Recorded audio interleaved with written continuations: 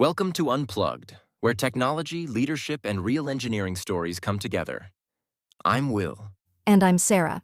and today, we've got someone who has spent more than 13 years building systems that millions of people actually use every single day. Raghav, great to have you here. Thank you. Really excited to be here. Honestly, podcasts are usually where engineers suddenly realize how much they've survived over the years. So this should be fun. That's actually very true. And your journey is genuinely interesting because you've worked on systems operating at massive scale, especially in live global media. That's pressure. Oh, absolutely. I mean, when you're working on something like a Met Gala live stream and suddenly hundreds of thousands of people join within minutes, there's this tiny moment where everybody silently watches the dashboards. And nobody wants to be the person saying, guys, I think production is down. Yeah, those are career-defining moments. Exactly. And honestly, those experiences teach you something important about engineering. At scale, technology stops being just code, it becomes coordination, decision making, a calmness under pressure. Because when systems are under stress, teams are also under stress. And as an engineering leader, people look at your reaction first.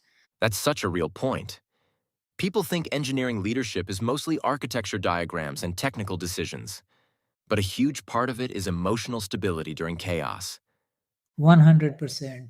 And I've learned that over time. Earlier in my career, I used to think great engineers are the people who solve everything themselves. Now I think great engineering leaders are the people who help teams solve problems together without panic. That shift took me years to understand.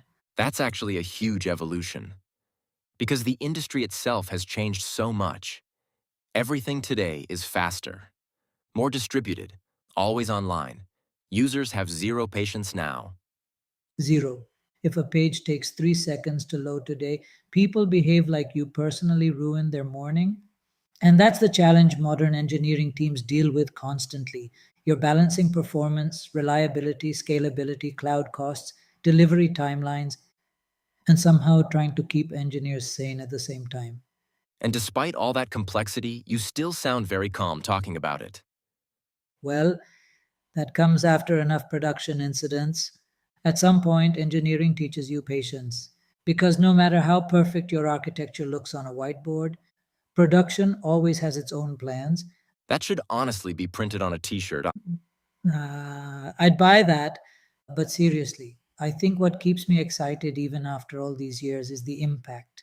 Building systems is great, but building systems that millions of people depend on while helping engineers grow in the process, that's probably the most rewarding part of the job for me. That's beautifully said. And before we wrap up, if you had to describe your philosophy as an engineering leader in one sentence, what would it be? Build systems that scale, build teams that trust each other, and never stop learning.